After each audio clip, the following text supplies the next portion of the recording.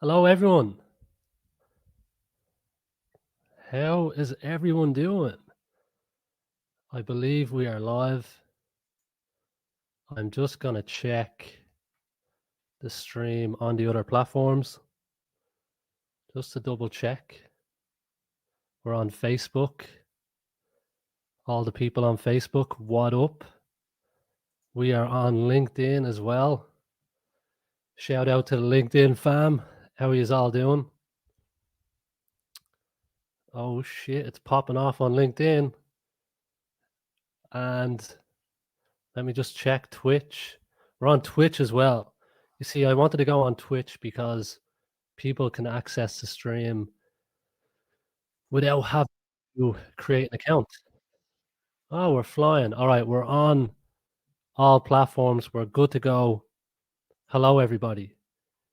How is everyone doing? Good afternoon, good evening, good night, good morning, wherever you're coming from. We have Australia in the house. Hello, Michael. How are things? Porto in the house. What up, Porto? Abu Dhabi. Hello, sir. Canner's in the house. Ooh, Belinda. We have a local. Dublin, Ireland. How are things? Let me know where everyone's coming from, folks. We're global. John wants to know where's the hat. Look, I'm experimenting here. The hat's come off. I feel a bit loose. Feel a bit more free, you know? Carolina from Brazil. How are things? Working in HR, and she's coming to Ireland. Well, we'll welcome you with open arms. Florida's in the house. Hello, Romney. How are things? Oh, Marcin, how are you? I hope all is well in Krakow. You must have made the move. Jesus, plenty of folks in here. Who else do we have? Tammy, don't worry, I'm going to get started now in a moment. Just want to give everyone a shout out. Zoo XI, Zux, Romania and Czech Republic. We're in two places in one. That's the kind of magic we're bringing here. So, who else do we have? Barry. I could do this all day. This is great. Big hello from India. Come on, Pratik. Come on. All right. I'm going to get right into it now. Okay. So give me 1 second. I'm just letting the stream build up a little bit. Just make sure everyone is in. Hello, Anna. Bosnia's in the house. Hope you're well. And yeah, let's get it moving. So, first of all, thank you to everyone who has joined the stream, joined the workshop today. We're going to make a start on building your new resume because there's only so much we can do within this session. You're going to go and have to take the information that I give to you today, and you're going to have to apply it and start building your own resume. But by the end of this session, you're going to have all the tools, all the resources, all the knowledge that you need to build an interview generating resume. That's the goal here, okay? And that's what we're going to do. So I'd be remiss if I didn't mention Katie Mulranen. I hope I'm saying her name right. But we're basically here because of her, because Katie purchased one of my resume writing packages. And as soon as she bought it, she donated it to somebody in need. And I ran you could call it a competition. I just announced that Katie had donated the service and I was going to pick a winner to write a resume for someone. And I thought, right, let's keep the movement going. Let's pay it forward. And because there were so many comments from hundreds of you who said that, look, I can't actually afford to pay for a resume writing service. I'm actually in a tough spot right now and I need a new resume. I need a job. So I was like, right, let's just have a workshop. Let's just show the people how to write a really good resume, how to write a resume that hiring managers will see and go, this person's qualified. I'm going to bring them in for interview. So that's how we got here. If Katie's watching, Katie, you're a legend. Thanks for your generosity. Thanks for your kindness. I really appreciate it. And Rebecca's just asking, is the session being recorded? I hope it is. No, it is. It is. So you'll have access for 24 hours once we finish up. So you should be good to go. So without further ado, let's get it moving. Let's get it moving. Okay. So if you signed up for the workshop, okay, you would have been given access to a Google Drive. Now, the Google Drive will contain all of the resources, all of the resume templates that we need to start building your new resume, okay? If I say CV at any time, CV and resume, they're essentially the same thing. Resume caught on in America because typically it's shorter. It's a one-page summary of your professional experience, but really there is no difference. There's no difference at all, because resumes can be 2 pages, can be 3 pages. There's no rules. There's no rules at all here to how long a resume or a CV should be. They're both the same thing. And yeah, so if I say CV, if I say resume, you know I'm talking about the same thing. So anyway, if you did not access the workshop through my website, you won't have the Google Drive resources, okay? So if you're in here now and you're watching, go back to my website, paddyjobsman.com, and on the homepage, you will see a link to this workshop. Sign up and you will have access to a Google Drive, which I'm going to show you now. So I'm just going to share my screen. Give me 1 second. Okay, and when you signed up for the workshop, you would have been sent a link to these resources, okay? So we have resume templates, we have a number of worksheets, we have writing resources that are going to make the entire writing process a lot easier. And I've even thrown in a goodie bag for you. I've thrown in a few cover letters. So there's a few templates, there's a few cold templates, career change templates, there's cover letter examples and templates for graduates. So look, we can play with them later on, but first order of business is the resume template. Now, I'm speaking to the general population here. So I can't tailor the workshop to absolutely everyone, but I've tried my best. So what you'll find here, if you go to the Google Drive in the resume templates folder, I have 2 separate template folders. The first is the standard templates, okay? And we have version 1 and version 2 of the resume template. Now, version 1 is just the typical standard resume template.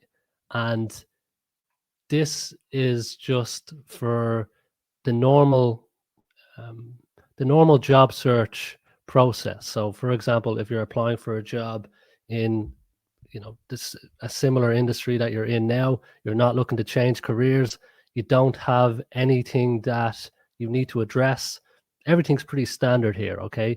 Version 2 would be if you're looking to make a career change. The difference here is we have included a core competencies and achievement section. And essentially with a career change resume, we want to shift the attention from your professional experience to your transferable skills, okay? So that would be the major difference here, okay? So you'll need to decide which template is most relevant to your experience. If you don't have any experience, if you're a graduate, if you're going out to the market for the first time, then you'll find a second folder called No Experience Templates. And here you'll see that there is a couple of versions of the No Experience resume template. And I've even thrown in a completed sample just to give you an idea of what a good No Experience template will look like. So I'm going to work off the standard resume template for now, okay? So what you'll need to do first of all, if you don't have a Google account, I recommend just setting one up. It's just going to make everything easier. Otherwise, you can just download the file. If you click File in the top left-hand corner, click Download Microsoft Word, you can download it to your machine. But otherwise, what you'll need to do is in the top left-hand corner is click File, make a copy, and save the template to your Google Drive, and then you'll be able to start editing. Okay, so I'm just going to make a copy of this so I can start the editing process. And what you want to call the template, okay? So your first name, last name, and then the job title. So the title of the job that you're targeting. So for this session, I'm just going to go with recruitment manager. Okay, and I'm just going to save it to my drive. Make a copy. Okay, so hopefully we all have a copy open now. And here you have, I'll give everyone a few seconds. Here you'll have a fresh resume template that is ready to be filled up with your skills, your accomplishments, and your experience. So I'm just going to go back to the chat and just double check that everyone has access to the Google Docs. Okay, so Joel is asking for the link. So Joel, if you go to my website and sign up for the workshop, you'll be able to access the Google Drive from there. Okay. Greg, download of templates works perfectly, both Word and PDF. Lovely. So if everyone could give me just a thumbs up to let me know that we're all on the same page here. We've all opened up a resume template and we're all ready to start editing. Just looking here, there's who's reacting with angry faces. This is a good time on here. Okay, I'm just going to throw the link in for you.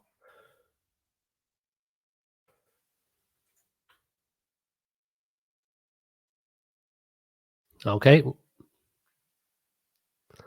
So we have a few thumbs up here, right? So Sophia said, these are just perfect. Lovely, lovely stuff. A few thumbs up. Everything works. Okay, perfect. I'm going to take it that we're good to go, right? So we have the resume template. Okay.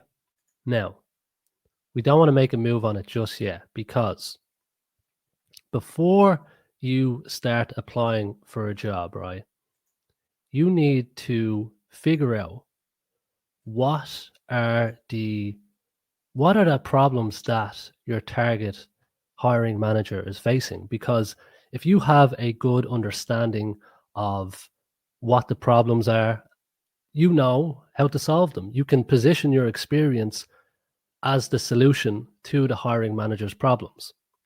So before you ever start building your new resume, what I recommend everyone does, now we won't do it in this session, but afterwards, when you go to build your new resume, go to LinkedIn, go to Indeed, and review 5 to 10 jobs that you're interested in and analyze them and figure out, okay, what is this hiring manager looking for?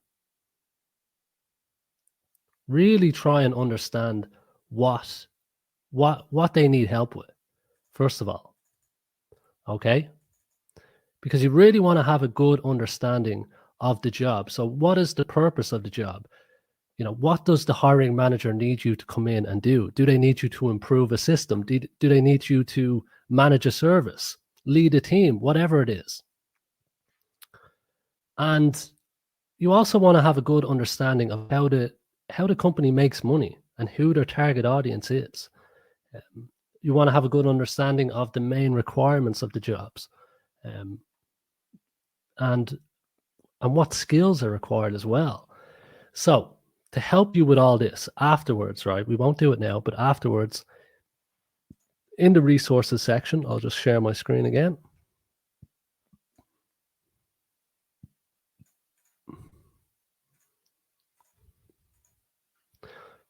So in the resources section, you will see a worksheet called the Understanding the Job worksheet. And what I recommend you do is, like I said, go to job boards, review the job descriptions, analyze them, and answer each one of these questions. And by answering each of these questions, they're just what I talked about, what the purpose of the job, challenges, how your target company makes money, all that stuff, keywords, terms, skills, etc., the whole shebang. If you can fill out this worksheet, you will have an in-depth understanding of the job that you want, okay? And then you'll be able to best position yourself for the role. Now, once you complete this worksheet, okay, the next worksheet that you'll need to complete before you start building your new resume is called the, it's called the Key Skills and Achievements worksheet, right?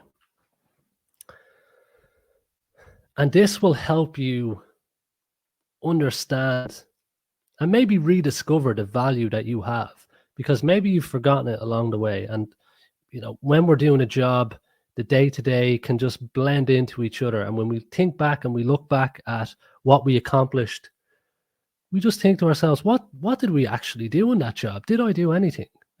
What did I achieve? And it's pretty hard to just think off the top of your head. So what I've done is I've put a worksheet together for you so you can really get to grips with what you achieved at each job that you had. So this will help you really bring up your achievements, your accomplishments, your skill set, the whole lot, right? So take your time with this worksheet. We're not filling it out now, but just in preparation of building your new resume, try your best to answer each one of these questions. And when you're answering these questions, you also want to keep in mind the job that you're targeting, okay? Because again, you're trying to position your skills to your target role. So when you're filling this out, just keep that understanding the job worksheet open with this exercise. And that way you'll be able to really get to grips with your most compelling experience and accomplishments that will position you as the solution for your target job. Okay? So that will be your homework afterwards when you go to start really building in your resume. So for the rest of this workshop now, I'm going to show you how to build your resume and what to keep in mind. Okay? So we have 226 live at the minute. Is everyone still up to date? If you can just give me a thumbs up and we can keep moving. And Marija, if you go to my website, you'll find the access link for the webinar. For the workshop, and you'll be able to grab all the templates. Okay, Laura, got it. Lovely. Shivers, lovely. Right, we're flowing. Okay, so like I said, it would be impossible for you to build your resume in one session, but now you have the resources to do that. You can go off and begin the process. But when you do start, okay, and you've filled out the worksheets and you've filled out the both worksheets, you can come back to this video now and I will show you how to start writing your new resume. So we'll just take it off. We'll just go from the top and work our way down. Okay, so this is the fresh template that you will be editing. So what we start off with, your contact information first, right? So keep it really, really simple. Name, surname, your email address. If you have your year of birth in your email address, it might be a good idea to create a new email, because if you have, say, 70, if I had Paddy Jobsman 71, a recruiter might go, okay, Paddy Jobsman is born in 1971, so he's over 50. I might not hire him because I think he's too old. Now, look, ageism is real. Some recruiters are just going to be biased no matter what. And it's not all recruiters, but some. So you need to keep that in mind, and you want to reduce any risk of being discriminated against during the application stage, because your best bet to sell yourself and to sell the hiring manager on your value, on the value that you can bring, where you do that, where you can really sell yourself, is in the interview. So the goal with your resume is to get to the interview. So all we're trying to do here is increase probability in your favor that you will get the interview. That's all we're doing here. So anything that reduces that probability negatively, we want to eliminate. And age, any references, any information that makes your age obvious reduces that probability. So your email address, name, surname, and try and keep it professional as well. That will always help.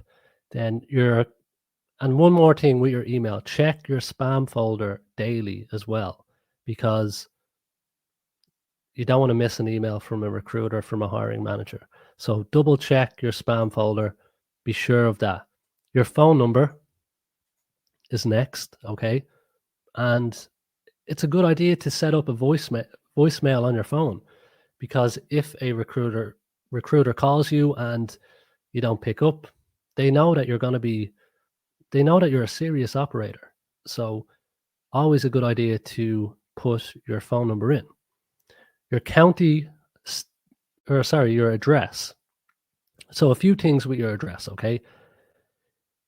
If you live locally, if the job is in your town or it's close by, I recommend including your full home address. Now, you don't need to include the number of your house or the number of your apartment, but you can include your town and your county, state, and your country. But if you live, 20 miles away, 30 miles away, 40 miles away, I'd recommend just sticking in your county and state and your country only, because hiring managers and recruiters will have a bias towards candidates who live close by.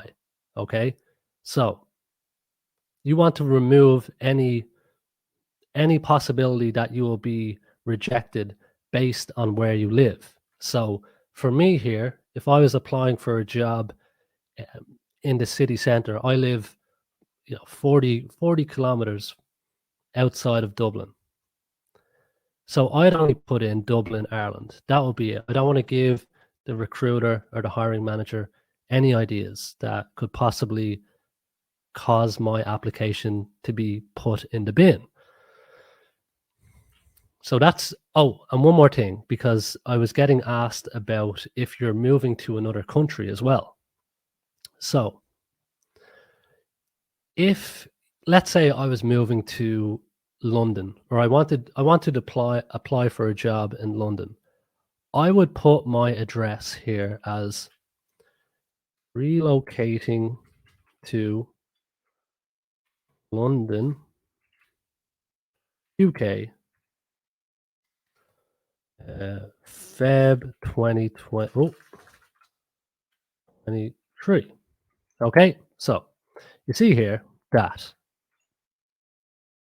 I just have Dublin, Ireland here, and I'm applying for jobs in London. If the hiring manager sees Dublin, Ireland, they're just going to think I applied for the wrong job in some cases. Probably in a lot of cases. They're going to think I've messed up my application. So let the hiring manager know when you're moving to the country that you want to work in. So to get around that, just put exactly like this. Relocating to the location and the month that you're moving. So hopefully that answers anyone's questions who's looking to relocate. And then for your LinkedIn URL, just pop in your link.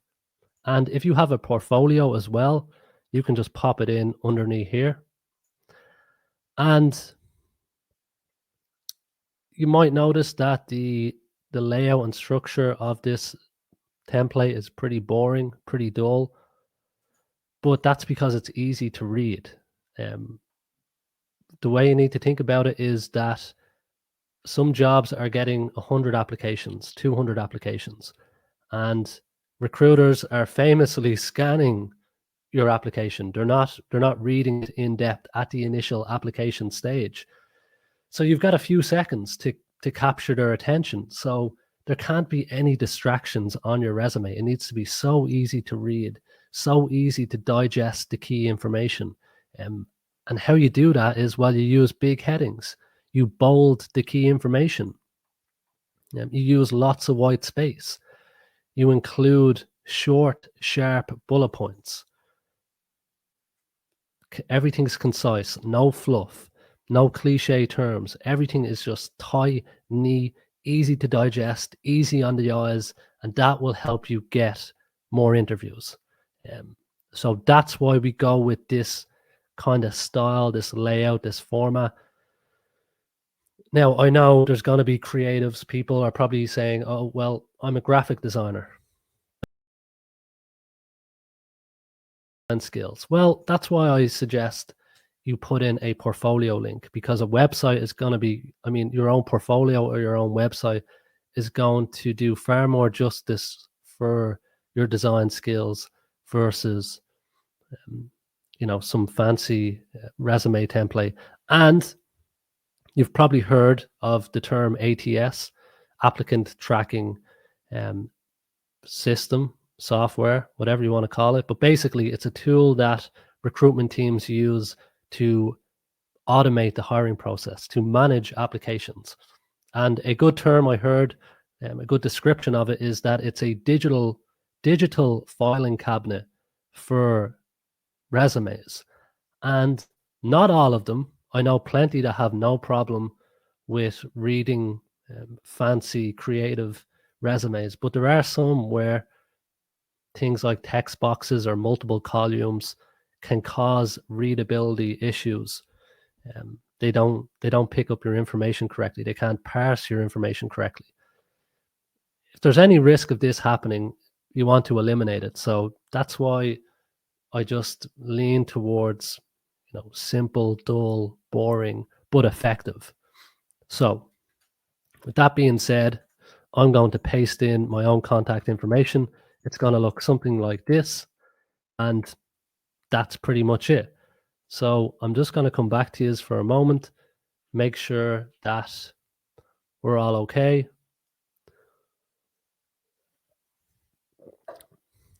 Still have 242 in the house. What's going on? J Piz Les, what? I have tables in my resume. Yeah, I'd recommend changing that.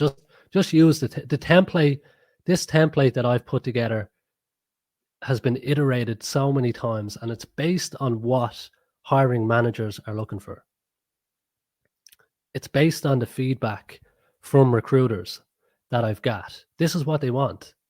So this is what you need to go with.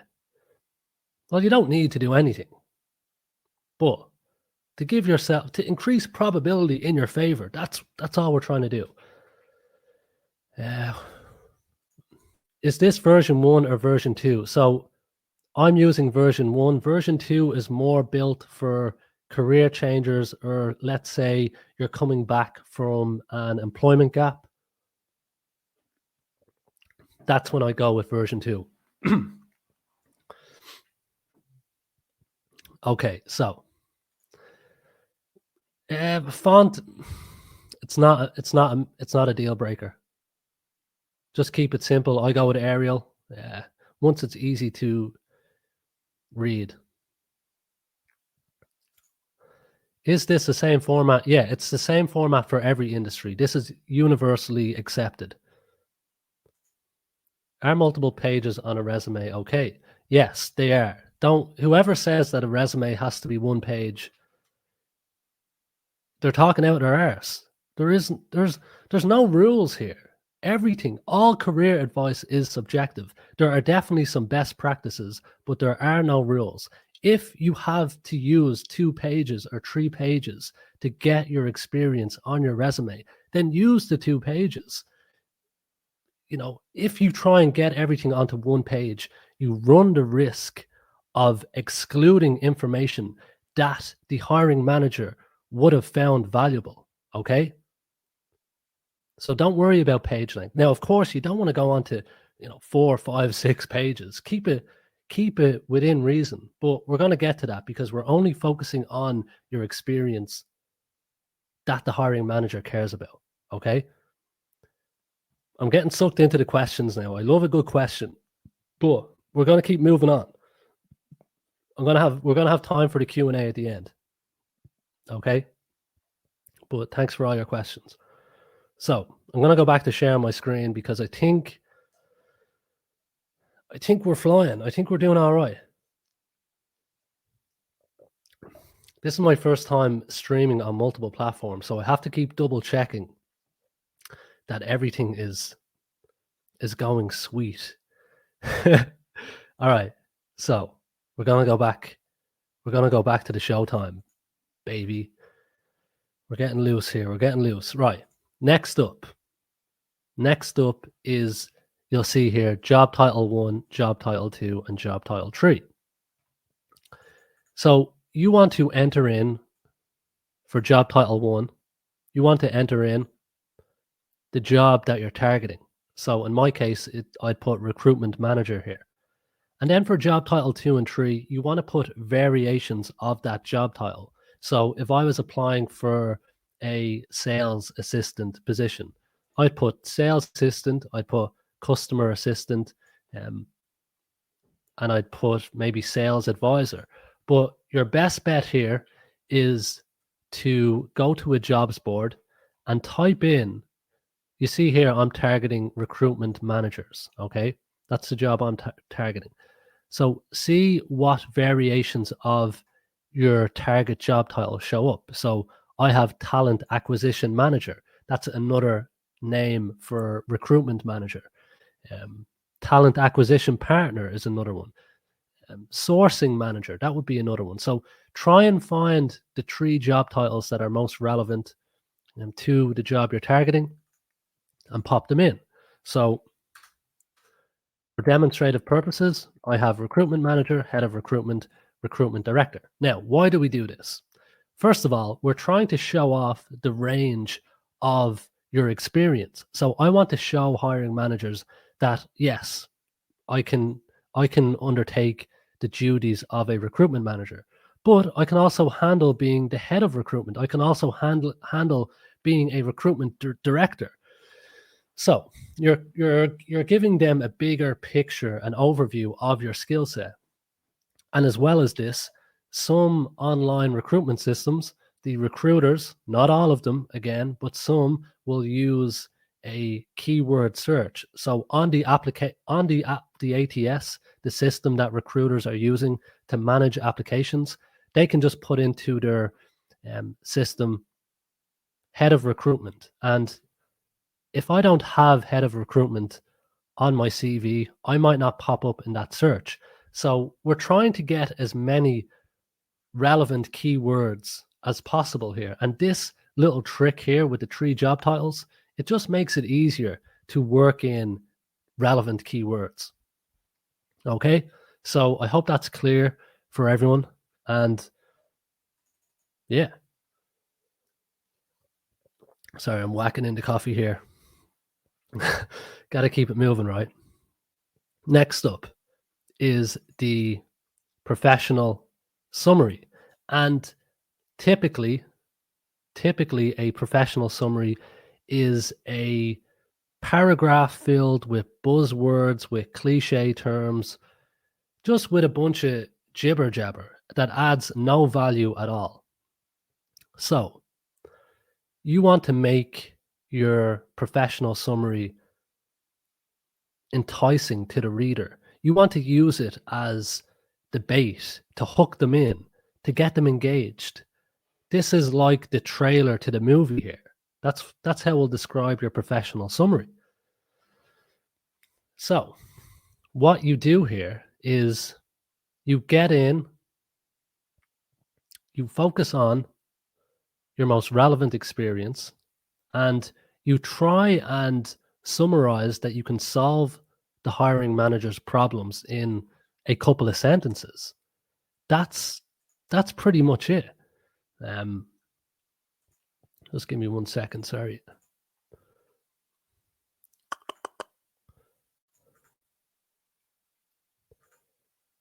Just trying to pull something up. Yeah, so you'll see here I've included a template, and I also have resources available for you to make this writing process easier. So I'll just pull up the Google Drive.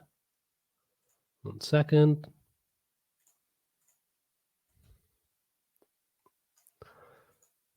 So if you go to the Google Drive,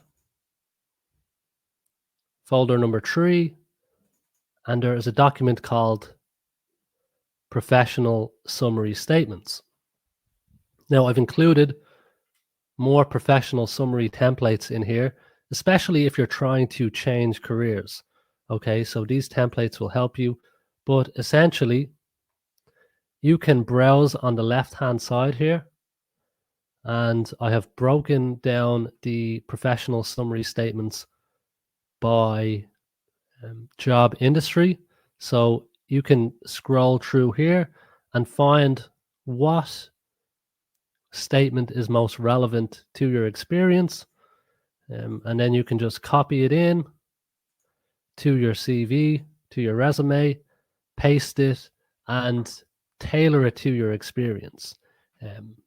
Make it your own, because again, these resources are being used by many people. So you want to make your CV unique. You want to make everything your own. Okay. So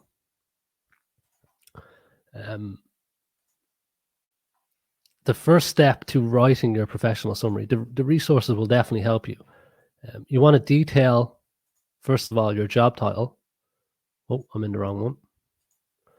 Yeah, you want to detail your job title, okay, and the number of years experience you have, and if possible, reference the industries that you have developed those that experience.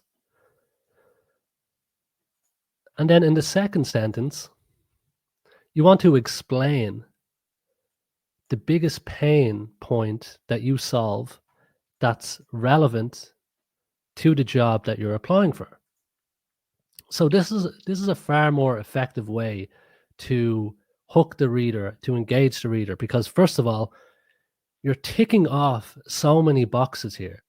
When the hiring manager receives your application, they have the job post in front of them.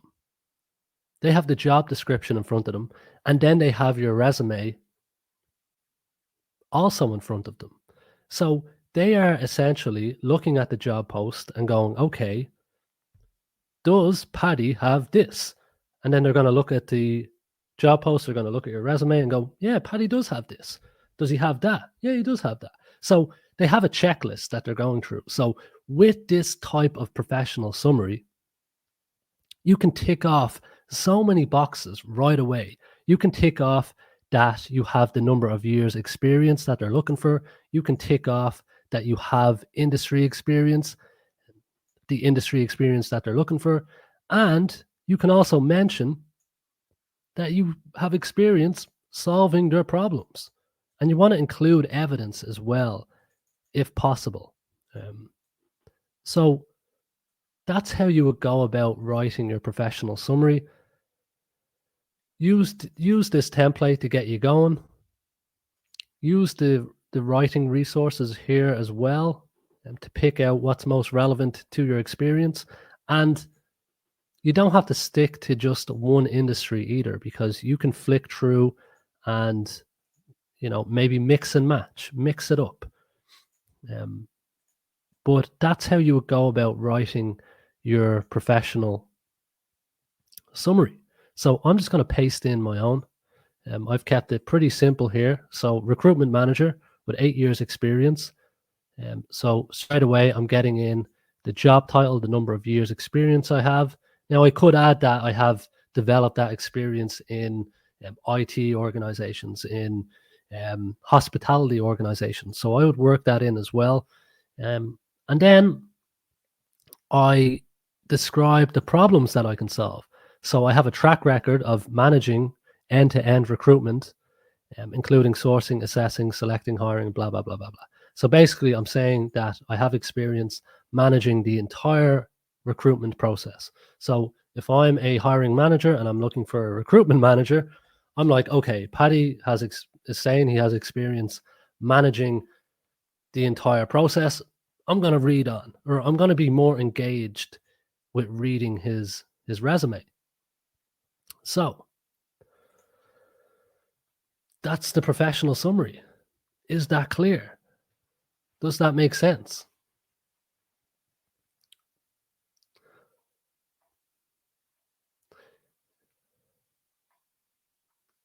Let me know. Are we all good on Twitch? Yes. First time on Twitch. What is a verifiable track record? Basically, you're saying that you have proof, evidence that you have managed what you're claiming to manage. That's a great question, Annie. So if you don't have that many years experience, you don't have to mention it. It's not, again, nothing's mandatory here. This is just a guideline, a template to help you along, but you'll need to tailor it and manage it to your own experience. So if you have less than 6 months experience, if you have less than 12 months experience, you don't have to draw attention to that. I wouldn't draw attention to that. I'd make the focus more on the value that you can bring, the skills that you can bring to the table. And that's a great question, Liz.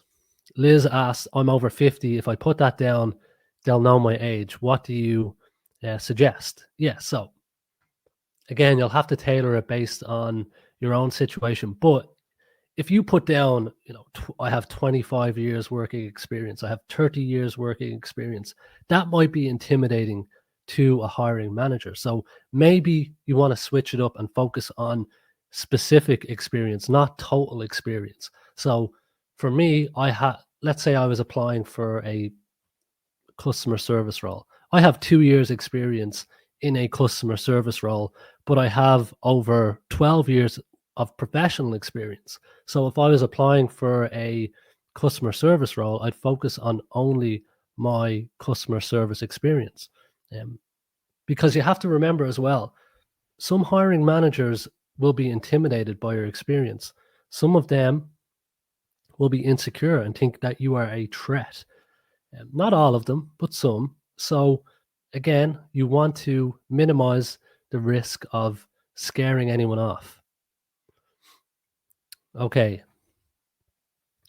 I got Liz's approval. We're good to go.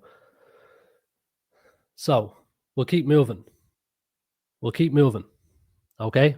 Next up, is the professional experience section. Okay.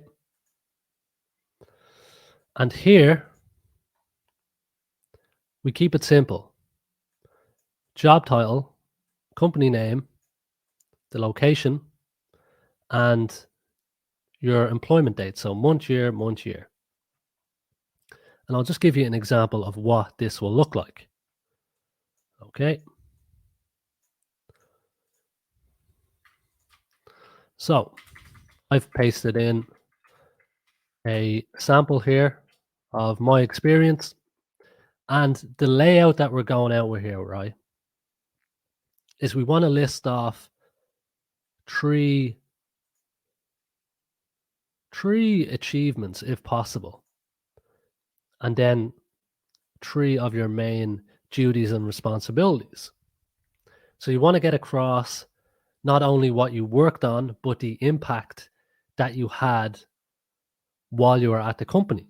Now, most people I help, they have a hard time writing out their achievements. Okay. But you have the resources and the means to do it. And what I mean by that is if you go to the writing resources folder number 3, okay, I've included 2 documents for you here. Okay. The first one includes a number of templates that will help you with writing your achievements. Now, you want to combine this with the worksheet that you're going to complete that we discussed earlier, the key skills worksheet. So once you go through this, you'll have plenty of meat for your CV, for your resume, okay?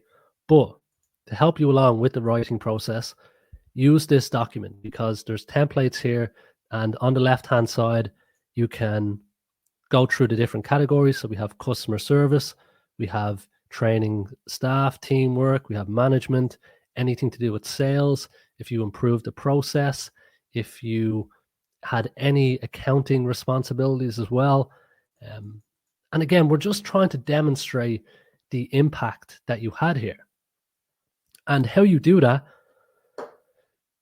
well, there's a few ways. You flesh out your experience. You talk about what good came out of you doing what you did.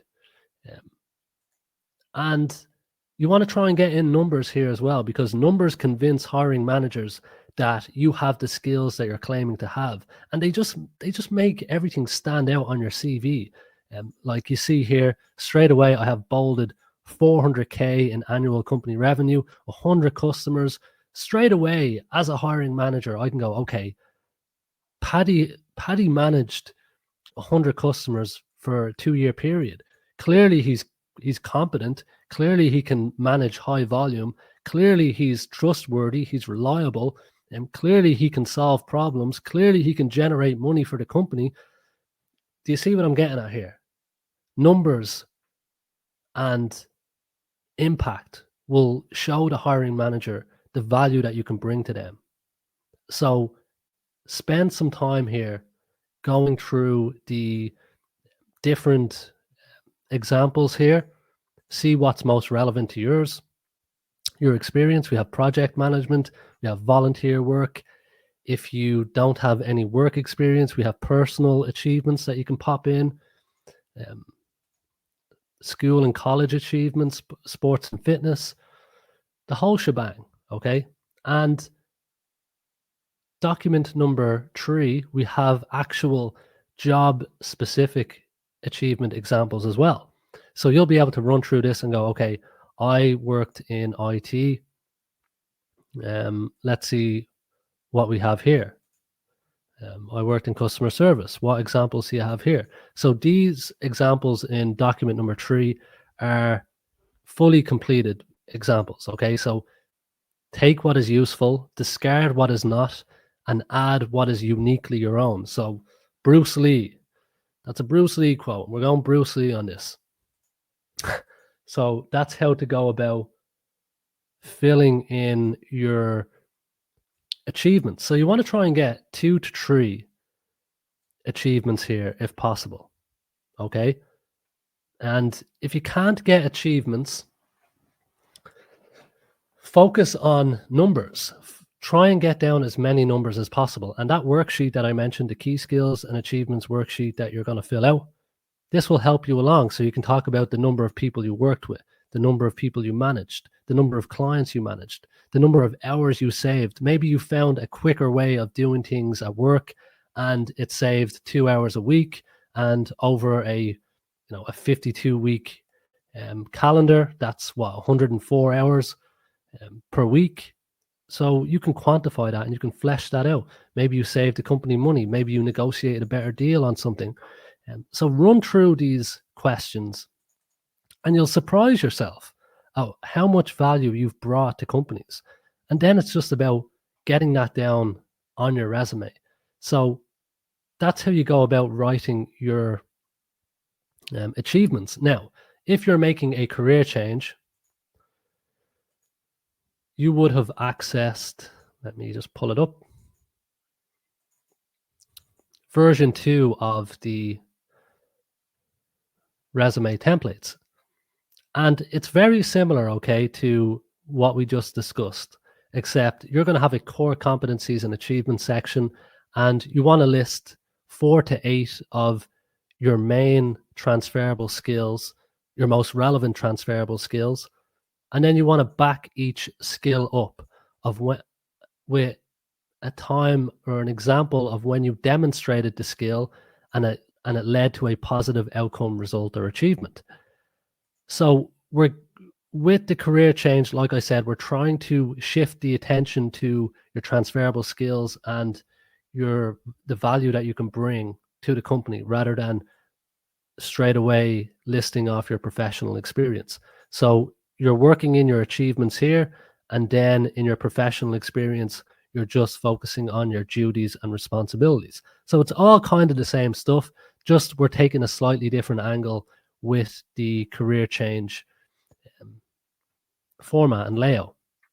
Now, if you can get 3 achievements down, fantastic.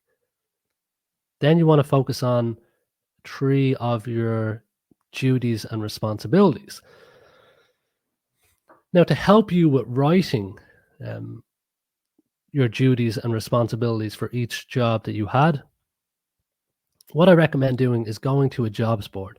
And what I would do if I was you is I would go to, let's say, LinkedIn, and I would type in United States, and I would look through these jobs and I would figure out, okay, yes, I done that in my last job. I'm going to copy that into my resume and I'm going to just tweak it a little bit and make it my own. And the reason why I'm saying to go to a different country is because odds are, right, if I'm applying for jobs in Dublin, Ireland, that the job description is going to be very different. It's not going to be using the same language. So if I copy this information, and I'm not saying copy it word for word, I'm just saying copy it to give you ideas and to help you fill out most of your duties and responsibilities. You'll definitely need to tweak and tailor these to just match your own experience. But what this does is it just takes care of all the heavy lifting. So find jobs in other countries and make sure, of course, that the job description is written in the same, like I'm not going to look for recruitment manager jobs in Spain. I'm going to stick with English speaking countries. So that way I can grab duties from these jobs, throw them into my own resume, and they're not going to be well, they'll be similar, but it's guaranteed that they're going to be at least not identical to the job descriptions for roles that I'm applying for in Dublin. So this is kind of a little hack that you can use to write out your duties and responsibilities. So I'm just going to paste in my own here, and you'll have to just work it in. So you see here, I'm only including 2 entries here now just for the demonstration, but I'm bolding the key information. I'm keeping them short and concise, and as well as that, I'd recommend having no more than 3 to 4 entries. So, for example, I have two positions here. I'd add one more, and then if I had more experience, I'd put in a section called earlier professional experience. So it might just look like this. I would just put here job title, name, and the years of employment. That way, then you can actually save space on your resume. You can keep everything concise, especially if you have lots of work experience. I'm sorry, I didn't call that. Yeah, earlier professional experience is how I would go about that. And then you can just rinse and repeat for each role that you had. That's just kind of a little workaround.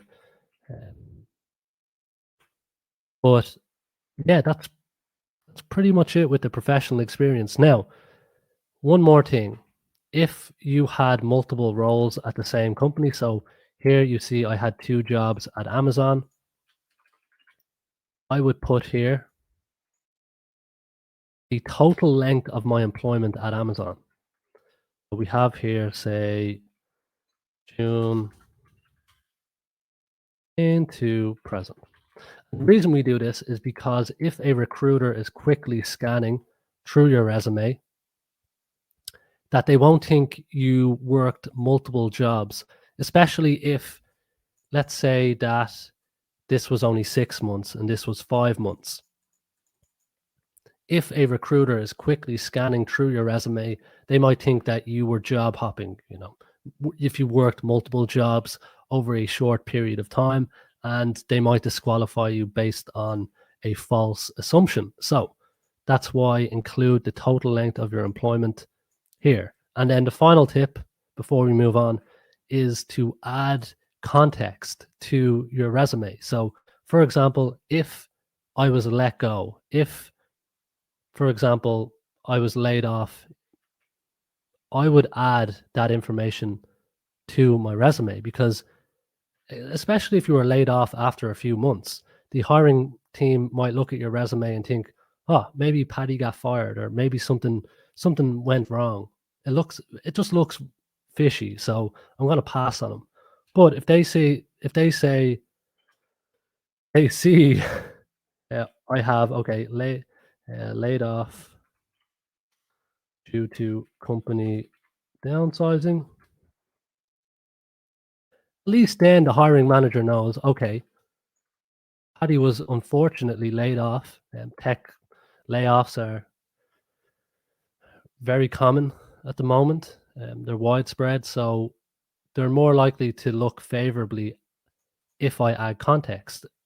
If the contract ended, you can just put contract ended. So give the hiring manager additional context rather than leaving them to make their own assumptions. And lastly, while I have it fresh in my head, if you're applying for remote jobs, get that information on your resume if you worked remotely. So if I worked remotely for Amazon, I would put in the location remote / Dublin, Ireland. And then that way the hiring manager knows that I have remote work experience. There's going to be less training involved. It's going to be a much smoother hire because I have that experience. So I'm pretty sure that covers everything with the professional experience section. I'm going to come back to the chat now. Make sure that we're all up to speed. How is everyone getting on? Are we doing all right? Is all that clear? because I'm in a room here sitting on my own talking for feckin' ages. I don't know what's going on. So let me know if everything's clear there. Christ.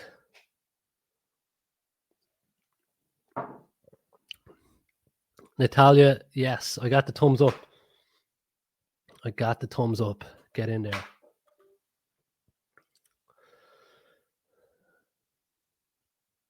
All good from Adam, yes. Brad, we be jamming here, man. Love it, love it. Right, we're nearly there, right? We're nearly finished. Then we're going to get into the Q&A, which I'm looking forward to. Hold your questions. Hold your questions. Oh, that's a tough name. Gokar. Hope I'm saying that right. Thank you. Right, let's keep moving. Let's keep moving. We're nearly there. We're nearly there. Next up is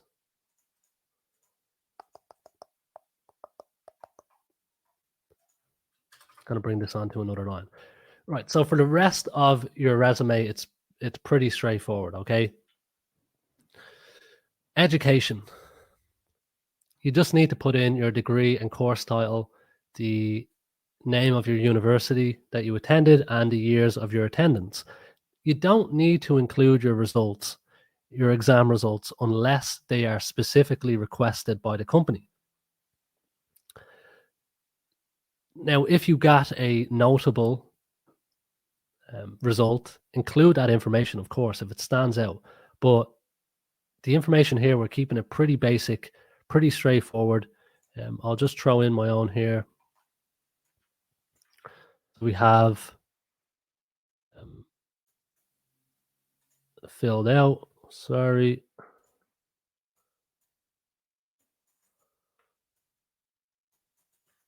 So you see here, that's how it kind of look. Bachelor's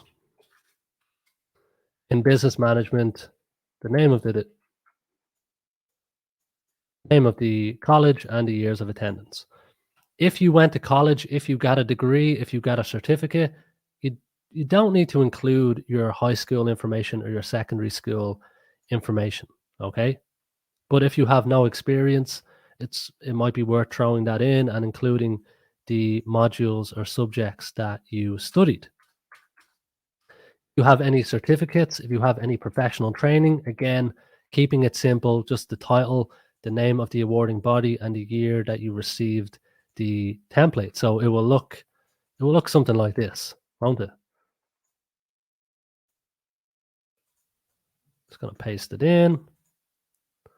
So we have the title of the certification, the awarding body, and the year that we received it.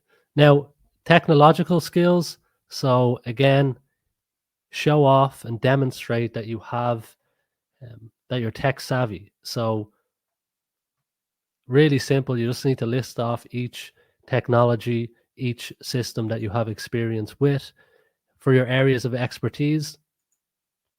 For this section, I like having an areas of expertise section because it gives you a chance to work in some relevant keywords that will help your resume get found on certain applicant tracking systems. Okay, so for me, I'll just copy in what I have here from the sample. So it would look in the whole lot. So these sections here would look like this. So I have experience using HR software, Microsoft Office, proficient in Excel. You know, you just got to be.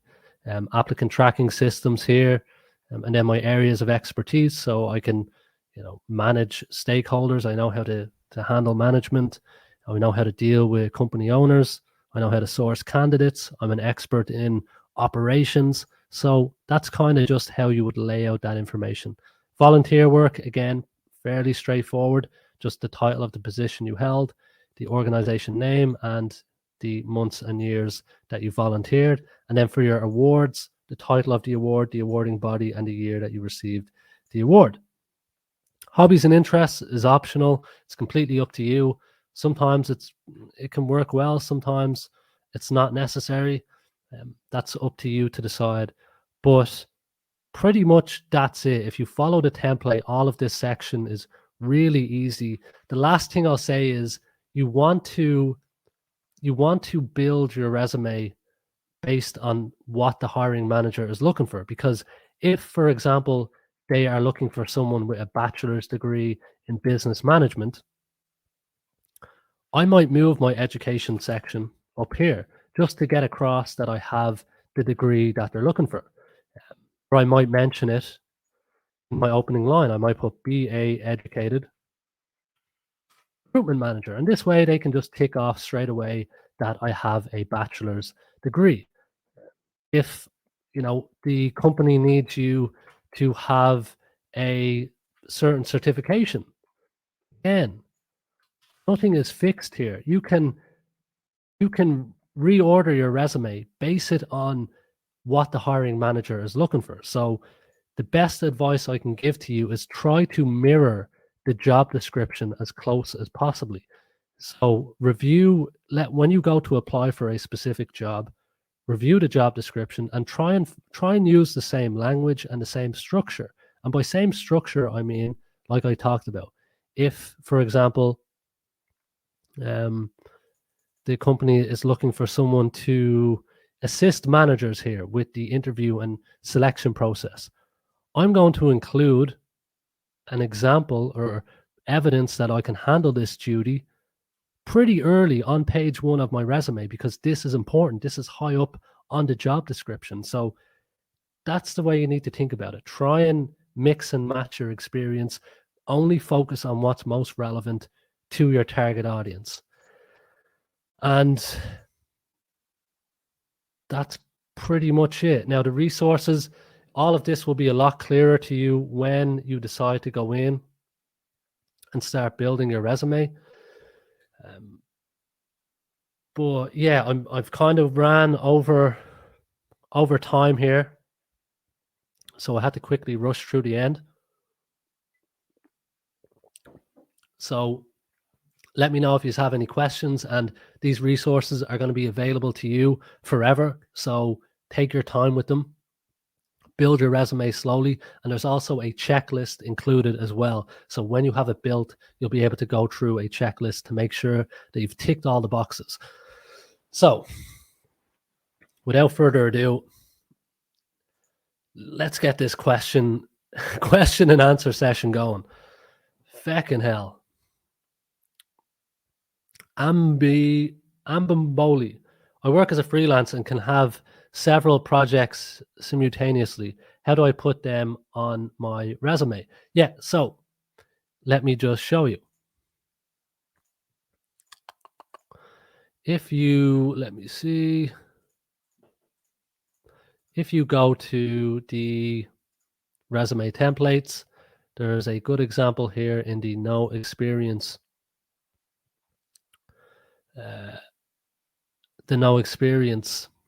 template. So you see here, we list out the education as a job here. So very similar to a job, but similarly, you need to just describe your projects in this exact same fashion, without the keywords, of course, but literally just put your job, your project title, and then just describe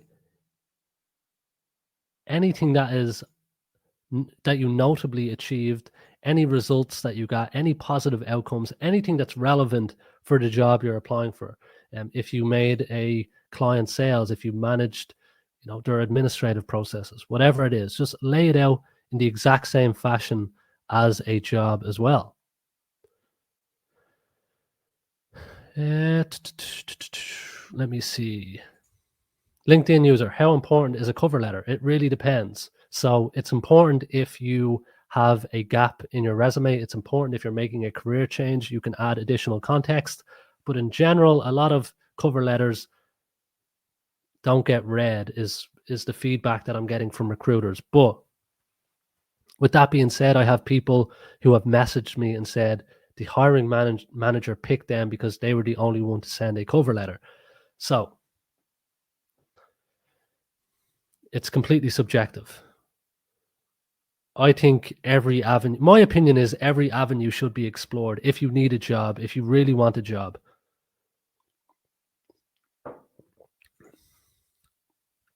How to best explain absence of 3 months due to sickness, reason for leaving last job. You don't have to mention the sickness if you don't want to. Of course, it provides a legitimate reason why you've taken off work. So it might be the case where you get across that you were out of work due to an illness. The illness is no longer an issue. You're fully back to full health. You're raring to go. And then you want to provide evidence of that. So talk about, perhaps new hobbies you've taken up. Talk about any online learning you've done, any skills that you've developed to show that you are fully back up to speed and that the illness is not an issue. So that might be one way to go about it. Ermanta, Paddy, should parenting gaps be included in resume? No harm in mentioning them. Being a parent is a normal part of every career. Parental breaks, parental leave is, the hiring manager will have gone through it themselves or know somebody who has as well. So I wouldn't try and hide from it. I'd be upfront about it. You can just put it in as an entry, on maternity leave for X to Y. That's how you go about it. Let me see.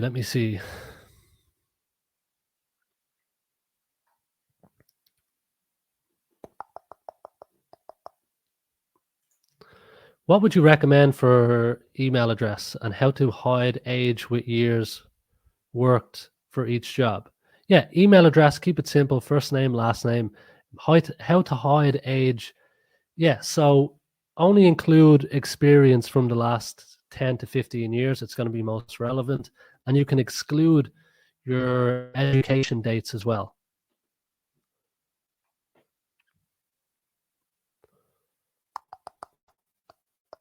Okay, let me see. John Ryan. Hi, John. Should my new updated resume be the same as my LinkedIn profile, or should I have more info on the LinkedIn profile? Yeah, it might be the case that there is more information on your LinkedIn profile, but you want to show hiring managers that, first of all, you're organized, that you're a professional. So it's best practice that your resume mirrors your LinkedIn and vice versa. So I would keep the information the same or as close as you can.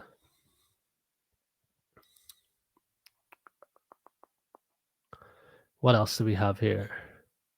Niels, sorry, the questions are absolutely flying in. I'll try and answer as many as I can. Thanks a lot for the session. Delighted to help. And yeah, you'll have access to all the resources and you'll have access to the replay as well. Let me see. Sarah, hi Paddy. I left my job after 3.5 years. Now have a 13-year gap. I have an MBA.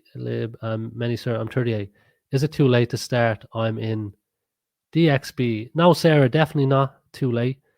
Once you get across that you have started to get proactive again, like I talked about with the training, with the upskilling, trying to show that you are up to date with the trends, with what's going on in your industry. Yeah, you just need to get out there in the market and you'll get there. Should you send a Word doc or a PDF? I recommend PDF solely, like both are fine, but if you open up a Word doc on your phone, you'll notice that the formatting and layout is a bit messed up. You have to scroll across to get everything, to see everything. That's Linus Ridge. PDFs don't work with an ATS. That's incorrect unless the application page is specifically requesting a Word doc. That's what I was just going to say. So unless it's requested, I recommend going with PDF. Otherwise, if they're asking for a Word doc, go with Word doc. But PDFs are, yeah, they can get parsed just as easily as a Word doc. Any advice for entering into a new industry with no experience? Hi, Emer.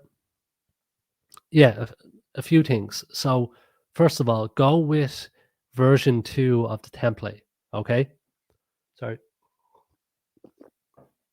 Go with the version 2 and lead in with your transferable skills and focus on break down the jobs that you're applying for and figure out what are the most common skills that are being requested, because no matter what industry you worked in, you demonstrated skills that every hiring manager cares about: organization, time management, strategic planning, leadership, teamwork, the whole lot, right? So you want to get down all of those transferable skills that your new target audience are going to care about, and then you need to provide evidence that you actually possess those skills. So you'll find some really good stuff in that template to help you along. Then you want to try and actually start building your own experience. So ways that you can do that: you can start side projects. Let's say you were getting into copywriting. Let's say you were getting into marketing. You could just post on LinkedIn for a month, 2 months, and write a blog post every week, a Twitter thread every week. And that in itself is a portfolio of your ability to copyright. So try and create projects for yourself that will demonstrate this, that you possess the skills that your new target audience is caring about. Other ways that you can create experience would be through freelancing. So if you're going for an office job, you could look at Upwork or freelancer.com or Fiverr, and you can start building up your experience and building up your portfolio there. You could look at volunteering. You could look at trying to find a bridging role as well, is another option. So, for example, if you are moving to, let's say you wanted to get into tech, you wanted to be a programmer, but you work in sales right now, you could get a job straight away. You could get a job in IT support. So you could get a job in an IT company. You're one step closer to actually making the full transition into your target role. So think about it like that. Do it in steps. You don't have to have it all figured out in one go.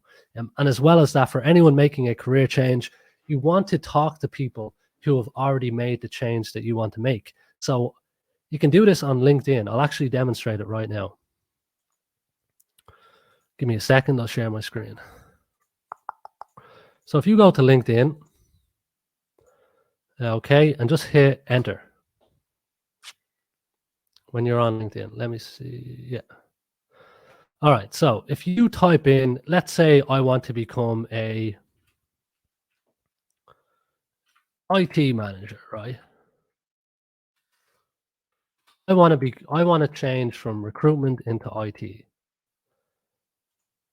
Then I go to all filters, and in company, I'm going to type in the biggest recruitment agencies in Ireland. So CPL. I'm going to type in, who else do we have here? Noel, then Osborne.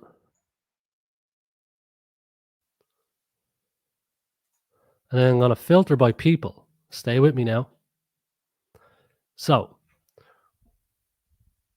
what this page is showing me, okay, is people.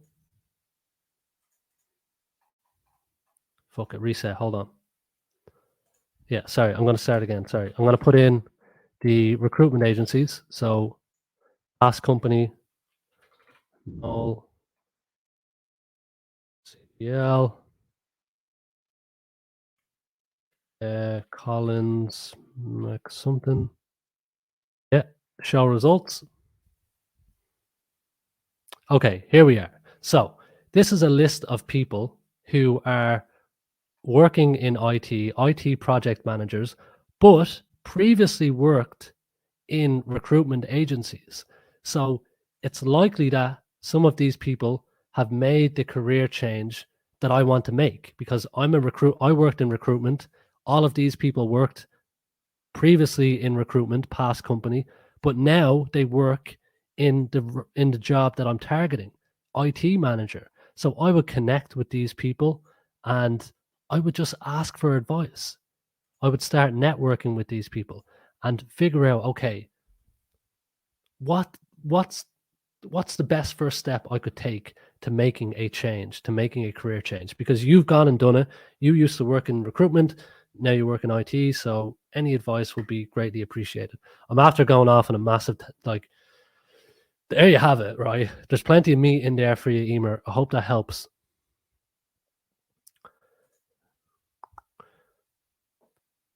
Amma Bolish, should you answer truthfully the question, do you have a disability?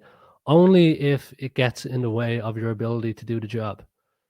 I'm 50. Hi, Megan. I'm 51. My education degree, give up age. You don't need to include the year that you actually graduated. It's not absolutely mandatory.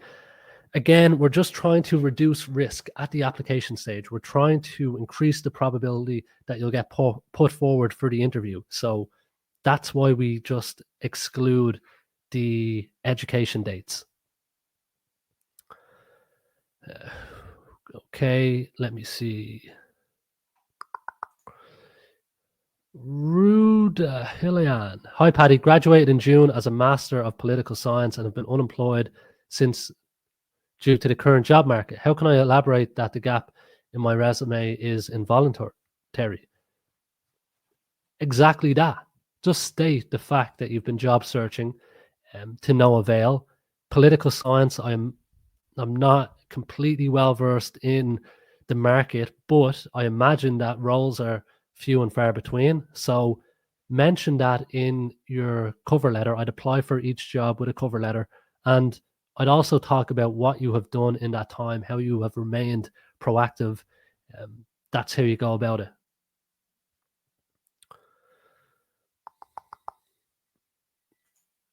Hi, Paddy. Will we get access to templates? Hi, Larry. Yes, templates are available for here and forever. No problem, my friend. Who else do we have? How lengthy should a cover letter be, Geeta? Keep it short, punchy, to the point. Show that cover letters, right? Because everything on your resume everything is on your resume that the hiring manager needs to know.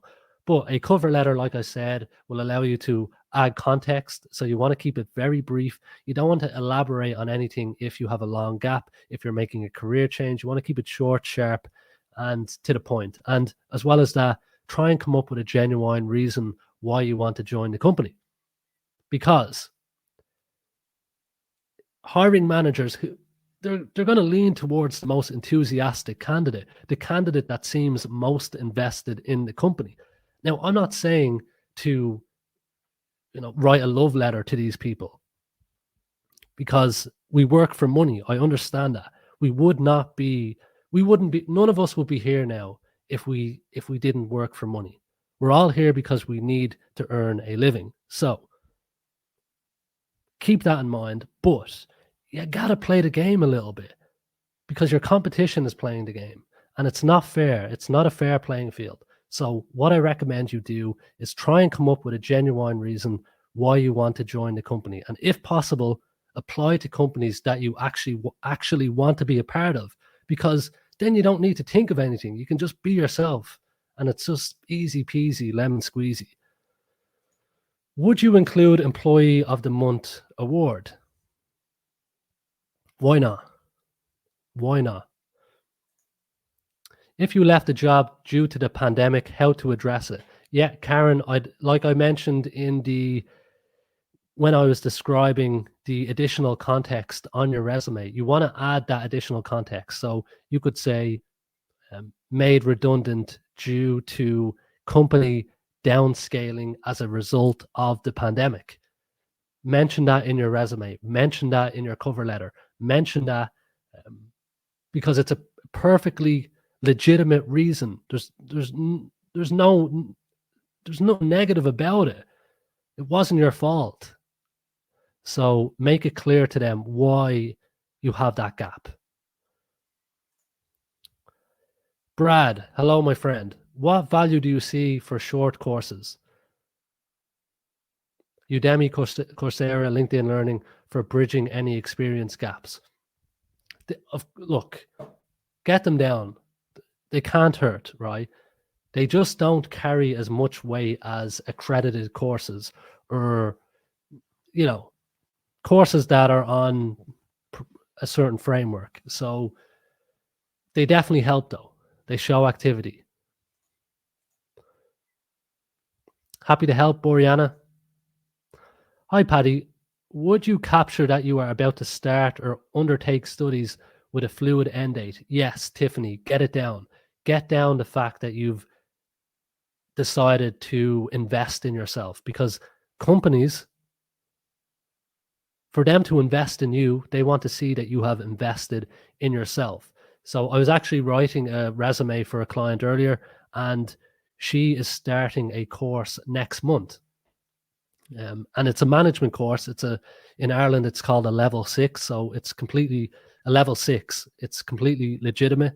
And what we did was we put that down under her education section, and we said, we put down the course title, we put down the college name, and then we just put start date February 2023. So get it down. No harm at all. Hi, Ioannis. Some PDF generators create images only, not text searchable. Check your PDF that it has selectable text. Yeah, excellent point. And if you do the file, I'll just share my screen really quickly. On Google Drive, when you're converting your resume, if you click File, Download, PDF, wham bam, thank you, ma'am. And like Ioannis has said, this text is searchable, because you can see here I can hover over, click search, and the text can be parsed. So that's a really good point. Try and use the Google Docs version when you're converting your PDF. Who else do we have here? Susanna, au pair experience. Yeah. Put it down like any employment entry. Follow the same structure, the same layout as any other job. It's a completely legitimate job. You're playing an essential role. You're playing an important role. So treat it like any other job. Exactly. Ambimbola. I'm sorry if I'm saying your name wrong. In the event I lost a job during the pandemic, oh yeah, that's a great point. If anyone's unemployed now, try and fill the gap by volunteering. It's a great way. It's a great way to show proactivity. How do I present this on a resume such that the recruiter doesn't see as having been redundant, unemployed for long? So put your volunteer experience, frame it and structure it and lay it out exactly like you would a normal job. So your volunteer job title, the organization name, and each duty that you had.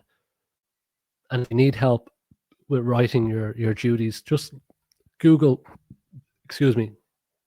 the role that you have, and you'll find it. Sorry, Martina Kyo, that LinkedIn tip was great. I don't know which one it was. I'm blasting through them here. How did you? Oh yeah, the LinkedIn trick, Beck. Yeah, it's a good one. Finding people who have made the same career change. Yeah, Martina, sorry. Michelle, how do you see past company on the LinkedIn search? Yeah, so if you click all filters on the top right-hand side, there's an option to select past company. Do you think a creative role warrants a creative CV? So for the reasons I mentioned, potential issues with online recruitment systems, I would include a portfolio link. But if you can apply directly to the hiring manager, I would include the creative CV. So when you're reaching out to hiring managers on LinkedIn, if you get their email, you use the creative CV. But if you're purely applying for jobs online, I'd recommend just the plain, dull, boring resume with a link to your portfolio. I understand your concerns, Shivers. Would you recommend a nickname to prevent name bias? Name bias is, yeah, you're open to name bias. If you can shorten it, yeah, there's no harm in shortening it. But as for completely changing the name, it just might look a bit fishy. I can't recommend it. I do have samples of cover letters. You'll find them in the resources. Vlad, I love the docs. If I share it later, can I review from the beginning? Yes. The docs are there forever. As long as Google Drive stays online. If you left a recent job due to pandemic safety, I think I mentioned that, Karen. Yeah, I answered that for you.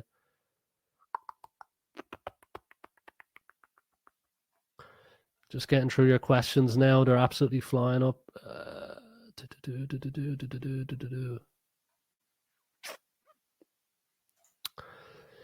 Should one state if they need a visa sponsorship? Yes, absolutely. I would try and find people, if anyone's looking to move to another country, I would try and find people who have already made the change that you want to make. And you can find these on LinkedIn. I'm going to show you another trick. Bear with me. Let's keep this train going. If you go to LinkedIn, right? We're dishing out the tricks. If you go to LinkedIn, hit enter. And if you go to people, put location. So let's say I want to go to America. All right. So I have people, I have the United States, but I want to click all filters and type in school. And I'm going to put in a list of Dublin colleges. Okay. So we have here Trinity. I'm going to put in a couple. And when I hit show results, right, this shows me a list of people who studied in Dublin but are now living in the United States. A lot of these people will be Irish, and I can connect with them, ask how they got their visa, what companies are taking on people who are from outside of Ireland, so on and so forth. So you get the idea here. You can find people who have made the move that you want to make and reach out with them. They are your best resource. Let me see. Hi, Annie. How long should the tailoring process for each application take? What I recommend, I didn't actually mention this on the stream or during the workshop, and I should have, but you want to create a master resume. And what I mean by that is you want to throw the kitchen sink at it. Get all of your experience, all of your accomplishments, all of your wins, everything on your resume. You want to have a master resume. And then when you go to apply for a job, you want to make a copy of the master resume, and then you want to tailor it for the job you're applying for. And if you do that, if you have all your experience on one document, it definitely makes the tailoring process a lot easier. Tailoring is a pain in the arse. I understand it. And if you're applying for a specific role, let's say I'm a recruitment manager, I'm applying for recruitment jobs, there's going to be very little tailoring for me because I've built the resume for recruitment managers. But it really depends on the role. But it could be the case where you just need to reorder your information, where you just need to, just mix and match to mirror the job description. But it is painful. It's already a painful process without the tailoring. So I understand your frustration. if I didn't finish my college degree, can I mention it? Yeah, I the amount of people that have dropped out of college, it's not uncommon at all. Now, I know there's going to be downsides, and some people will look at that negatively. But if you're upfront and honest about it, and just say, I'd mention it in the cover letter. I'd just say, look, I enrolled in the course. A couple of months in, I realized that it wasn't aligned with where I wanted to go, because after some figuring out, I decided I want to move in a different direction, which is why to rectify the situation, I have enrolled in a couple of online courses in the new area, in the new arena that you want to move into, and talk about how you have started to educate yourself in that new direction. And that's perfectly normal, because we shouldn't look negatively at dropping out of college. College isn't for everyone. And you only find that out when you get in there. Why would you stick at something that you realize is going to waste your time, or just doesn't align with what you want? Any hiring manager that doesn't take that into consideration, I'd question their ability to manage. Do you want to work for someone like that? John, how's it going? Pure gold. Yeah, we're dishing it out, John. Thanks for saying that. If you sign up for the workshop, the link is still active on my website. You'll find all the details there. What should I upload on LinkedIn in master resume? I don't know what you mean there. Add your LinkedIn URL to your contact information. Do you think you might do an interview workshop for the same cost as this one? Carrie, that's a good idea. Leave it with me. This one was cheap though. The only investment was time. Tiffany wants it as well. Yeah, leave it with me, ladies. I'm already liking the idea, and I enjoy talking about interviews, because it's all a mind game. Anything to do with interviews is just mainly mindset, and anyone can master the interview process. I'm convinced of that, because I've worked with people who had a near nervous breakdown in the first interview that they did, and 4 or 5 interviews later, they absolutely mastered the process. I mastered it too when I was out there looking for a job. I could barely talk in my first one. By the last one, a lot of it is just to do with reps, just repetitions, interview after interview after interview. Laura, have another swig. Happy to help. Happy to help. Should LinkedIn be same information as the master resume? Yeah, well, good question, Natalie. Only include the information that you want the hiring manager to see on your resume or on your LinkedIn profile. So you don't need to include every job that you ever had on your LinkedIn profile.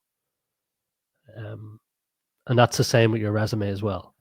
But the last 10 to 15 years, that's where I'd focus what needs to be on both your LinkedIn and your resume.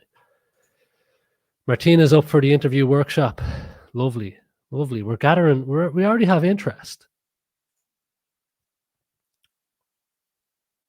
Framing a dropouts profile summary when there's only freelance and portfolio projects for experience.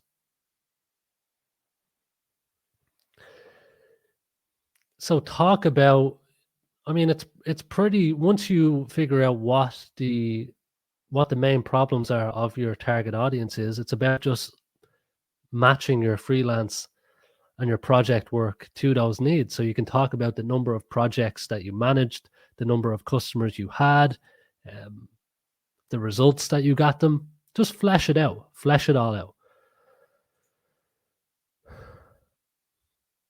Vivian, thanks for the amazing session. Seriously thinking to consider you for a session in our university. Have your people call my people, Vivian. I'm going to jump off now because I need to lie down. But thanks everyone for coming along. This has been a lot of fun. I'm going to try and do a few more of these.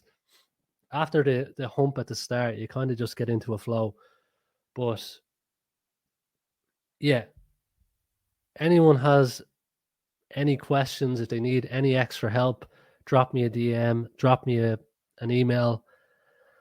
And if you need any more help, just go through my TikTok playlist, my Instagram playlist, my LinkedIn posts. And if you need more help after that, get in touch with me. But yeah, that's it. I'm jumping off. See you, Shane. See you, Michael. See you, Leah, Julia, everyone.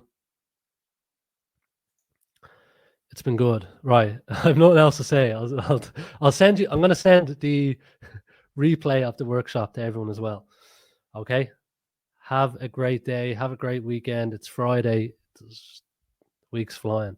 Take care and chat to you all soon.